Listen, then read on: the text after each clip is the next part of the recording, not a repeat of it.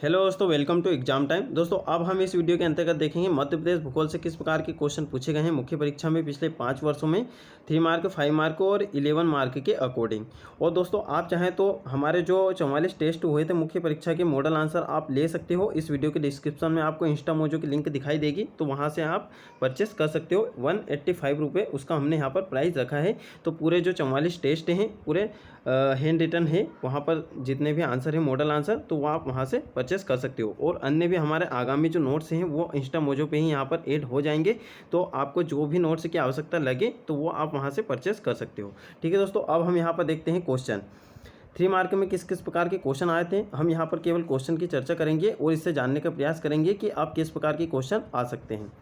देखिए, पहला क्वेश्चन पूछा गया था मध्य भारत पठार की भौगोलिक स्थिति का वर्णन कीजिए। 2014 का ये क्वेश्चन है। नेक्स्ट पूछा गया था सोन नदी का उद्गम स्थल। 2014 का ये क्वेश्चन है। नेक्स्ट है मध्य प्रदेश की 2 नदियों के नाम बताइए जो दरार घाटी में बहती है और एस्चुरी बनाती है। 2015 में पूछा गया था। तो मध्य प्रदेश भूगोल से बिल्कुल सिंपल से क्वेश्चन आते हैं और आपको मध्य प्रदेश का जो भूगोल है, चाहे इतिहास हो, मध्य प्रदेश वाला जो पोर्शन है आपको प्री और मेंस के अलग अलग टाइप से आपको नहीं पढ़ना है, पूरा आपको इकट्ठे ही यहाँ पर ये पढ़ना है, एक साथ ही पढ़ना है पूरा। एमपी जीके जो रहता है वो मेंस के लिए भी वही रहता है, प्रीलिम्स के लिए भी वही रहता है, तो आपको अलग अलग नहीं पढ़ना है, एक साथ ही आपको यहाँ पर पढ़ना है। उसी से आपकी प्रीलिम्स की भी तैयारी हो जाएगी और मेंस की भी तैयारी हो जाएगी।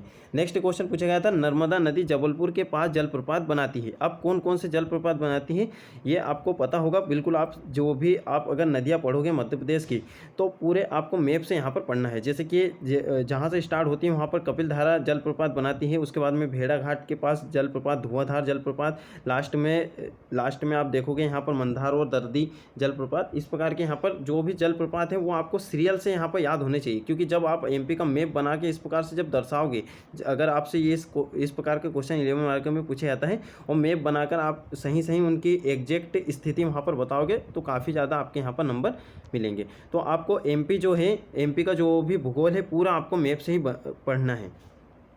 नेक्स्ट है कि मध्य प्रदेश के सर्वाधिक बीहड़ प्रभावित जिलों के आपको नाम बताना है। तो 2015 का क्वेश्चन है मध्य प्रदेश किस सबसे कीमती खनिज के लिए प्रसिद्ध है। तो 2015 का ये क्वेश्चन है। नेक्स्ट है कि मध्य प्रदेश के बुंदेलखंड पठार की अवस्थिति बताइए। नेक्स्ट है मध्य प्रदेश के चारों ओर स्थित राज्य मानचित्र स्थिति। आपको यहाँ पर सिंपल से एक मध्य प्रदेश का मैप बनाना था और उसके चारों ओर स्थित जितने भी राज्य हैं, 5 राज्य हैं, उनको आपको यहाँ पर दर्शाना था। नेक्स्ट है मध्य प्रदेश में नहर सिंचाई के विकास के प्रतिकूल कारक क्या है। 2016 का ये क्वेश्चन है। नेक्स्ट पूछा गया था टोंस नदी का उद्गम स्थल। अब यहाँ पर टोंस नदी का उद्गम स्थल पूछा है तो आपको माही नदी, नर्मदा नदी, ताप्ती नदी, जितनी भी नदियाँ हैं, चंबल नदी, तो इन पे जो बांध बने हैं वो आपको याद करना है, इनके उद्गम स्थल याद करना है। जब आप नदियाँ पढ़ते हो तो आप ये सारी चीज़ें वहाँ पर पढ़ते हो, तो आपका यहाँ पर प्री और मेंस दोनों ही यहाँ पर एक साथ हो जाता है। नेक्स्ट है मृदा का अर्थ बताइए। मृदा का क्या अर्थ होता है। तो जो भी टॉपिक आप पढ़ो सबसे पहले वो क्या है, उसके क्या कारण है, क्या प्रभाव है और वर्तमान में क्या उसका उपयोग है, इस प्रकार से ही आपको यहाँ पर तैयार करना रहता है। हर चीज़ में आपको यही चीज़ तैयार करना है, वो क्या है, कारण क्या है, प्रभाव क्या है, उसकी विशेषता क्या है, इसी प्रकार का आपको यहाँ पर तैयार करना रहता है। नेक्स्ट पूछा गया था बलराम ताल योजना क्या है। 2017 का क्वेश्चन है। नेक्स्ट है विंध्याचल पर्वत श्रृंखला किन पर्वतों का समूह है। 2018 का क्वेश्चन है।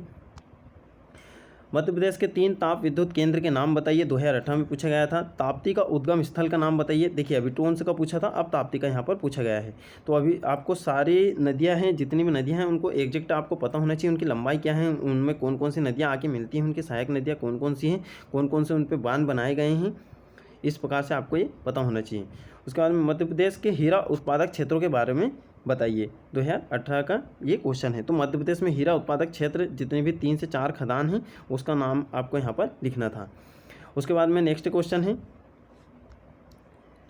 2001 से 2011 दशक में मध्य प्रदेश में शिशु जनसंख्या वृद्धि दर क्या है। 2018 में पूछा गया था। मध्य प्रदेश के कागज उद्योग के प्रमुख केंद्रों के नाम लिखिए। 2018 का क्वेश्चन है। चंबल नदी के उद्गम स्थल का नाम बताइए। 2019 का ये क्वेश्चन है। अब देखिए 2019 में ये 4 क्वेश्चन यहाँ पर ये पूछे गए थे।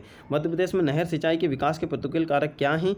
मृदा अपरदन को रोकने के मुख्य उपाय लिखिए। 2019 में ये क्वेश्चन पूछा गया था। सतपुड़ा पर्वत श्रेणी की सबसे ऊँची चोटी का नाम एवं ऊंचाई आपको बताना है। देखिए क्वेश्चन में आपसे जितना पूछे जाए उतना ही आपको यहाँ पर बताना रहता है। जैसे कि यहाँ पर पूछा गया सतपुड़ा पर्वत की सबसे ऊंची चोटी महादेव, ठीक है, धूपगढ़ है, महादेव श्रेणी के ऊपर धूपगढ़ है, तो उसकी आपको यहाँ पर ऊंचाई बता देना था 1350 मीटर। सिंपल सा आपको यहाँ पर जब दो चीज़ें पूछी है तो दो चीज़ें ही आपको यहाँ पर बताना है, आपको बाकी कुछ नहीं बताना है।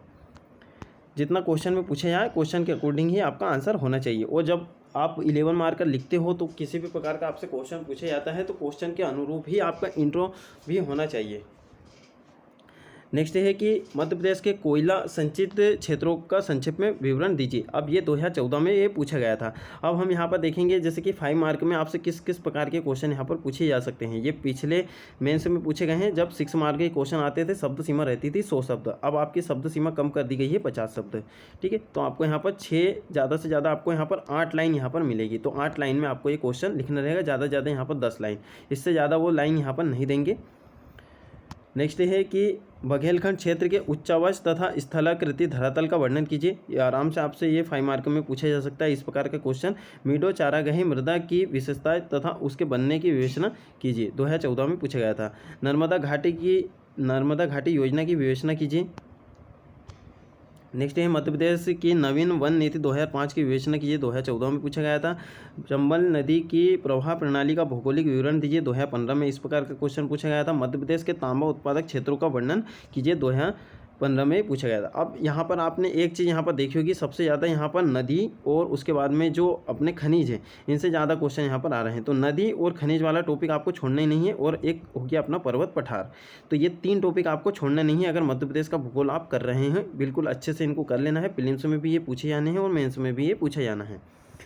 नेक्स्ट है मध्य प्रदेश की प्रमुख जनजातियों का प्रादेशिक वितरण यहाँ पर दीजिए, 2015 का क्वेश्चन है। अभी हमने जैसे कि आपको बता दिया है, आपको जो मध्य प्रदेश का भूगोल हो, इतिहास हो, और मध्य प्रदेश की जो राज्य व्यवस्था है, मध्य प्रदेश का जितना भी जीके हैं आपको पूरा एक साथ ही यहाँ पर तैयार करना है। प्री और मेंस का अलग अलग नहीं पढ़ना है, अलग अलग नोट्स नहीं बनाना है। सिंपल सा आप मध्य प्रदेश का एक ही नोट्स बनाइए, उसका आपका यहाँ पर मेंस भी कंप्लीट हो जाएगा, प्रीलिम्स से भी कंप्लीट हो जाएगा। मध्य प्रदेश की प्रमुख जनजातियों का प्रादेशिक वितरण दीजिए। जनजाति आप वहाँ पर भी पढ़ते हो, यहाँ पर भी पढ़ते हो, क्योंकि अब जो इस प्रकार के अब क्वेश्चन आने लगे हैं एमपीपीएससी प्रीलिम्स में भी कि फैक्चुअल चीज़ें पढ़ने से आपका यहाँ पर काम नहीं होगा। फैक्चुअल चीज़ें तो आपको पढ़ना ही है, बाकी आपको अब डीप में पढ़ना है। तो मेंस के लिए तो आप वैसे भी डीप में पढ़ते ही हो, तो एमपी को बिल्कुल अच्छे से यहाँ पर कर लीजिए।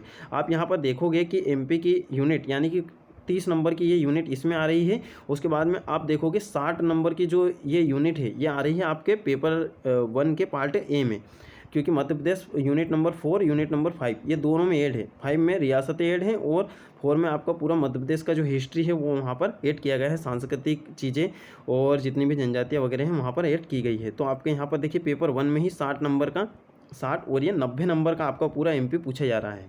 तो एमपी को आपको बिल्कुल अच्छे से यहाँ पर करना है। अब यहाँ पर नेक्स्ट है मध्य प्रदेश के सीमेंट उद्योग के बारे में आपको बताना है। अब उद्योग, खनिज, नदियाँ और उसके बाद में पर्वत पठार वाला टॉपिक एमपी का आपको ये छोड़ना ही है, नहीं है 2-3 बुक से भी कवर होता है। तो 2-3 बुक को अच्छे से पहले पढ़ लीजिए और उनके नोट्स आप बना लीजिए। ठीक है, बार बार बुक से ना पढ़े। आपके पास अगर 2 से 3 भी बुक हैं एमपी की, तो 2 से 3 बुक को कलेक्ट करके बिल्कुल उनका एक नोट्स बना लीजिए।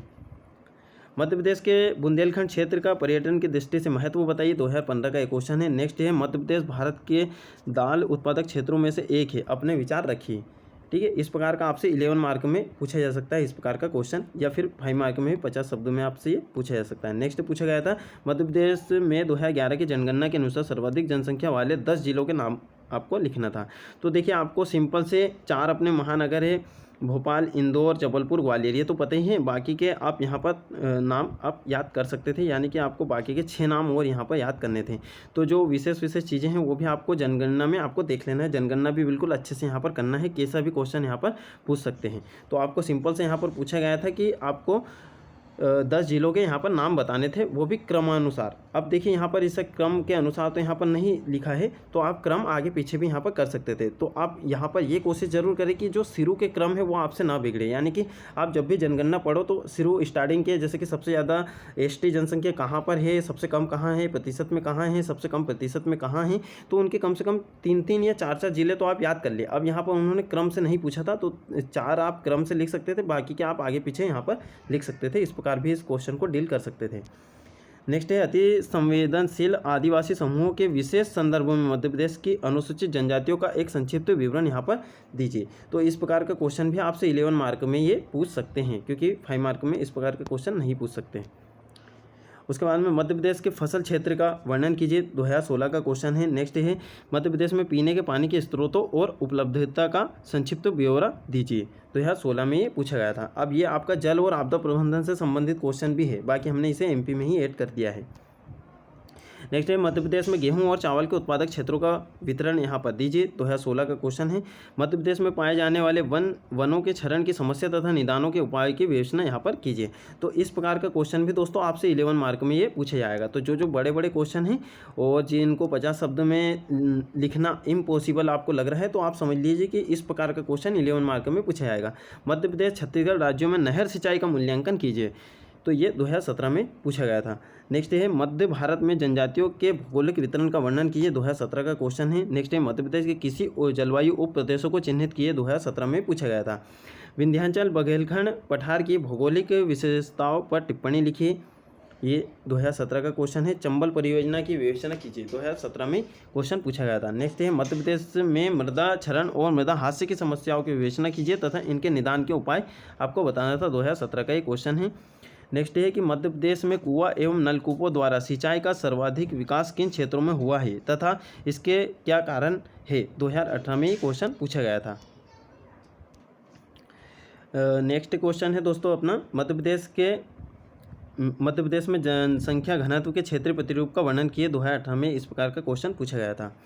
नेक्स्ट है मध्य प्रदेश की मिट्टियों की प्रमुख विशेषताएं बताइए। तो सिंपल से आपसे इस प्रकार के क्वेश्चन पूछे जाते हैं और इसी प्रकार से आपको प्रिपेयर करना है। मध्य प्रदेश की जनसंख्या वृद्धि दर 1901 से 2011 का वर्णन कीजिए, 2018 में इस प्रकार का क्वेश्चन पूछा गया था। नेक्स्ट है मध्य प्रदेश में सोयाबीन उत्पादन क्षेत्रों का वर्णन करते हुए इसके तीव्र विस्तार के कारण यहाँ पर आपको बताना था। मध्य प्रदेश में मिट्टी अपरदन की समस्या से ग्रस्त क्षेत्रों का विवरण देते हुए मिट्टी अपरदन को रोकने का उपाय यहाँ पर आपको ये बताना था। 11 मार्क में आपसे इस प्रकार का क्वेश्चन पूछा जा सकता है।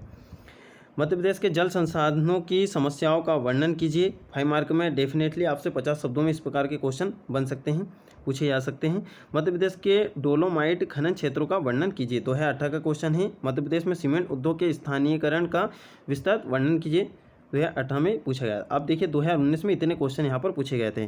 पहला था मध्य प्रदेश में वर्षा की परिवर्तनशीलता पर टिप्पणी लिखिए, 2019 का क्वेश्चन है। नेक्स्ट है मध्य प्रदेश में मैंगनीज उत्पादक क्षेत्रों का संक्षिप्त विवरण दीजिए, 2019 का क्वेश्चन है। नेक्स्ट है मध्य प्रदेश को भौतिक विभागों में विभक्त कीजिए तथा मालवा पठार के भौगोलिक विशेषताओं का वर्णन कीजिए।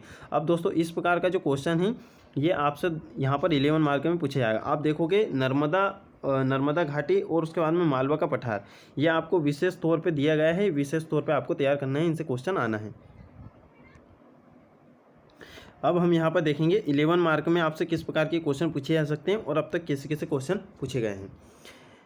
पहला क्वेश्चन है मध्य प्रदेश को कृषि जलवायु क्षेत्रों में विभाजित कीजिए एवं उनके बारे में विस्तार से चर्चा कीजिए। अब कृषि जलवायु क्षेत्र यहाँ पर 11 हैं, तो 11 कृषि जलवायु क्षेत्र को आपको बिल्कुल मैप बना के यहाँ पर दर्शाना था।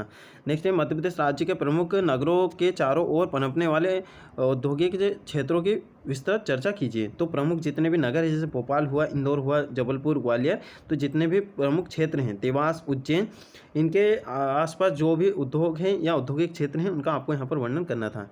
मालवा पठारी प्रदेश का आर्थिक महत्व बताना था आपको, 2015 में पूछा गया था।